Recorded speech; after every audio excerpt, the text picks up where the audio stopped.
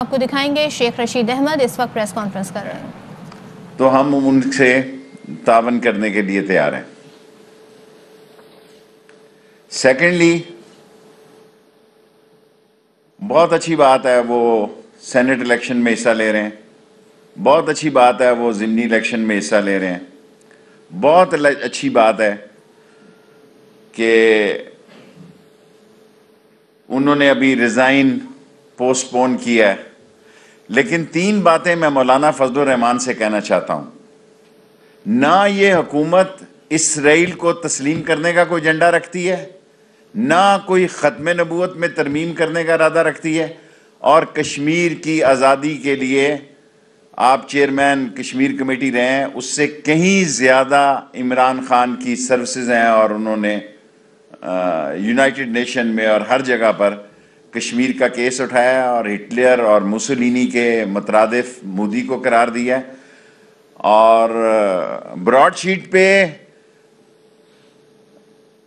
Justice عظمت ان کو قبول نہیں ہے تو بتائیں کس کو کون قبول ہے؟ چودھری افتخار قبول ہے، ان کو جسٹس قیوم قبول ہے، ایک ایکسٹرا آرڈینری اور ایک عظیم جج اور جس کی ایک بڑی ریکارڈ ہے.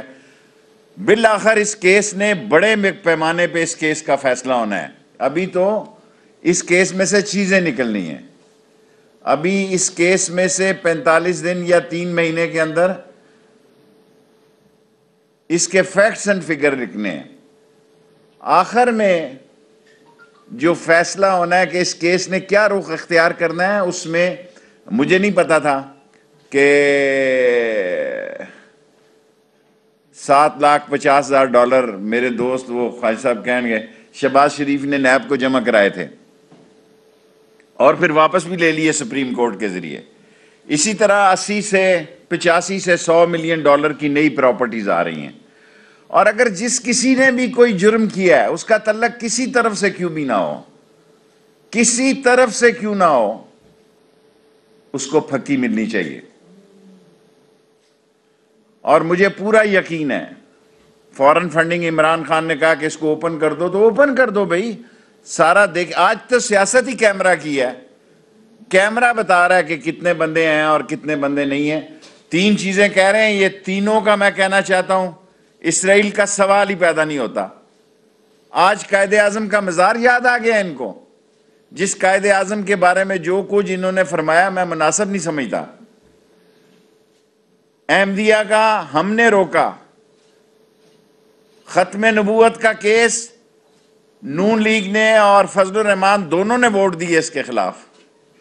اور کشمیر جناب علی جدوجہد آزادی کے،